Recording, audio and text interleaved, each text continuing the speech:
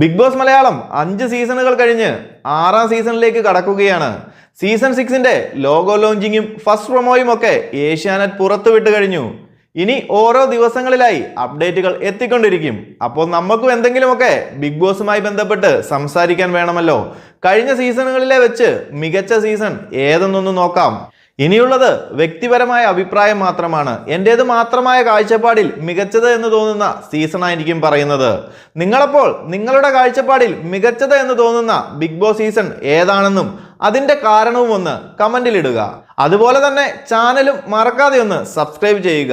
നമുക്കപ്പോൾ ഓരോ സീസണിൽ കൂടിയും പെട്ടെന്നൊന്ന് കടന്നു പോകാം. ബിഗ് ബോസ് മലയാളം സീസൺ 1 മലയാളത്തിലേക്ക് ആദ്യമായി ബിഗ് ബോസ് എന്ന റിയാലിറ്റി ഷോ എത്തിയതാണ്. എന്നാൽ ആദ്യ സീസൺ എന്ന ഒരു കുറവും ഇല്ലാതെയാണ് ബിഗ് ബോസ് ടീം മികച്ച കണ്ടസ്റ്റന്റിനെ തന്നെ ഇറക്കിയത്. ആദ്യ അവസാനം മികച്ച രീതിയിൽ നടന്നൊരു സീസൺ ആയിരുന്നു ബിഗ് ബോസ് മലയാളം സീസൺ 1.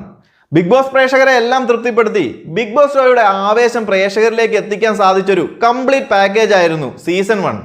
പ്രേക്ഷകർക്ക് വേണ്ടതെല്ലാം ഉണ്ടായിരുന്നു. ഒരു complete action thriller, comedy, romantic, entertaining season.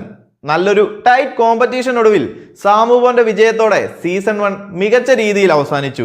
ഇനി സീസൺ 2ഉം 3ഉം. സീസൺ 2 പാതി വഴിയിൽ നിർത്തേണ്ടി വന്നു. സീസൺ 3 ഏതാണ്ടൊക്കെ അങ്ങനെ തന്നെ. പിന്നെ അവസാനം എന്തൊക്കെയോ തട്ടിക്കൂട്ടി വിജയിയായി മണിക്കുട്ടനെ പ്രഖ്യാപിച്ച് 3ാം സീസണും അവസാനിപ്പിച്ചു.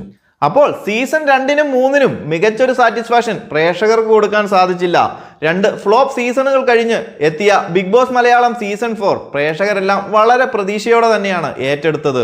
ബിഗ് ബോസ് മലയാളം ആരാധകർക്കിടയിൽ വലിയൊരു ചലനം സൃഷ്ടിക്കാൻ സാധിച്ചൊരു സീസൺ ആയിരുന്നു. പ്രേക്ഷകർക്കിടയിൽ വൻ ഹൈപ്പ് ഉണ്ടാക്കിയ സീസൺ തന്നെയായിരുന്നു ഇത്.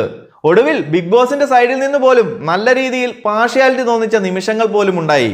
അവസാനമായപ്പോഴത്തേക്കും കണ്ടസ്റ്റൻസ് തമ്മിൽ അല്ലായിരുന്നു മത്സരം, ബിഗ് ബോസും പ്രേക്ഷകരും തമ്മിലായിരുന്നു യുദ്ധം. അവസാന നിമിഷം വരെയും പ്രേക്ഷകരെല്ലാം മുൾമുലയിൽ നിന്നൊരു സീസൺ എന്ന് തന്നെ പറയാം ബിഗ് ബോസ് മലയാളം സീസൺ 4.